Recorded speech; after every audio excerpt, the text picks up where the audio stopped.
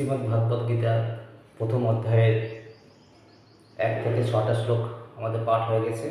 আজ 7, 8, 9 এই 3টি শ্লোক পাঠ করব। 7 নম্বর শ্লোক। अस्माकं तु विशिष्या ये तानि बोधद्विजोत्तमं नायका मम सैन्यस्य सञ्जातं तान् ब्रवन्मि ते। 8 নম্বর শ্লোক।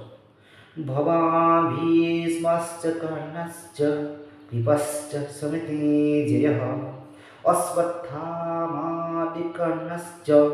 सौमदस्तिस्तथैव च। 9 নম্বর শ্লোক।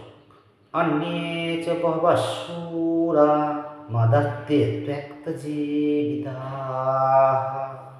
नानां शस्त्रप्रहराः सर्वे युद्धविशारदाः।